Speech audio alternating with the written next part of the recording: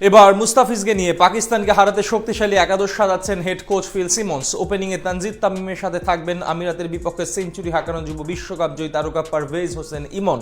এরপর ব্যাট করতে নামবেন অধিনায়ক লিটন দাস। ফিনিশিংয়ে দেখা যাবে শামীম হোসেন পাটোয়ারিকে। বোলিংয়ে নেতৃত্ব দেবেন কাটার মাস্টার। সব মিলিয়ে পাকিস্তানের বিপক্ষে প্রথম টি-20তে যেমন হতে পারে বাংলাদেশের একাদশ, সেটাই জেনে নেব প্রতিবেদনে। নতুন দিনে জয়গানের কথা শোনা গেলেও আরব আমিরাতের বিপক্ষে টি-20 সিরিজটা দুঃস্বপ্নের মতো কাটিয়েছে বাংলাদেশ। মুখের কথার সাথে মেলানো যায়নি মাঠের পারফরমেন্স। প্রথমবার দলটির বিপক্ষে সংক্ষিপ্ত ফরম্যাটে ম্যাচ হারার পর হেরেছে সিরিজও। ব্যাটিংয়ে দারুণ করলেও বল হাতে ব্যর্থ হয়েছে টাইগার বোলাররা। স্পিন কিংবা পেস দুই বিভাগেই হতাশ করেছে সমর্থকদের। তবে এবার আমিরাতের বিপক্ষে হতাশা মুছে নেমে পড়তে হবে পাকিস্তানের বিপক্ষে। যদিও ম্যানিং গ্রিনদের বিপক্ষে সিরিজ নিয়ে দেখা দিয়েছিল নানা অনিশ্চয়তা। আলোচনা হচ্ছিল বাতিল হতে পারে দুই দলের সিরিজটি। তবে সব সমস্যার সমাধান ঘটিয়ে মাঠে ফিরছে দুই দলের লড়াই। যদিও দেশটির বিপক্ষে প্রথমে 5 ম্যাচের সিরিজ হবার কথা থাকলেও সেটা এবার হতে যাচ্ছে 3 ম্যাচের। আগামী 28শে মে প্রথম টি-20তে মাঠে নামবে দুই দল। এর আগে ঘোষিত দল থেকে পরিবর্তন এসেছে একটি।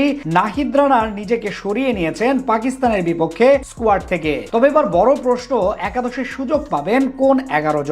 ওপেনিং এ 1 নম্বর পছন্দ হবেন যুব বিশ্বকাপ জয়ী ক্রিকেটার পারভেজ হোসেন ইমন। আমিরাতের বিপক্ষে শেষ ম্যাচটায় ব্যাট হাতে ব্যর্থ হলেও প্রথম ম্যাচে পেয়েছিলেন সেঞ্চুরির দেখা। তার সাথে ওপেনিং এ দেখা যাবে তানজিদ হাসান তামিমকে। প্রথম ম্যাচে ব্যাট হাতে সুবিধা করতে না পারলেও শেষ 2 ম্যাচে ছিলেন দলের সেরা ব্যাটার। আমিরাতের বিপক্ষে সিরিজে টাইগার ব্যাটারদের মধ্যে সবচেয়ে বেশি 109 রান করেছেন বাহাতি এই ব্যাটার। 3 নম্বরে ব্যাট করতে দেখা যাবে অধিনায়ক লিটন দাসকে। যদিও আমিরাতের বিপক্ষে ব্যাট হাতে তেমন একটা সফল হতে পারেননি। মিডল অর্ডারে ভরসা থাকবে তাওহিদ হৃদয়ের উপর। এছাড়াও তাকে সঙ্গ দেবেন দলের সহ অধিনায়ক শেখ মাহেদী হাসান। ফিনিশিং এ ভরসা রাখা হবে জাকের আলী অনিক ও শামীম পাটোয়ারির উপর। যদিও শেষ সিরিজটা ব্যাট হাতে আস্থার প্রতিদান দিতে পারেননি দুইজনই। স্পিন বোলিং এর নেতৃত্বে থাকবেন রিশাদ হোসেন। বর্তমানে পিএসএল মাতানো এই লেগ স্পিনার দারুণ পারফর্ম করছেন সংক্ষিপ্ত ফরম্যাটে। এছাড়া তার সাথে থাকবেন অফ স্পিনার মাহেদী হাসান। আমিরাতের বিপক্ষে পুরো সিরিজে বল হাতে ব্যর্থ হলেও নিজের দিনে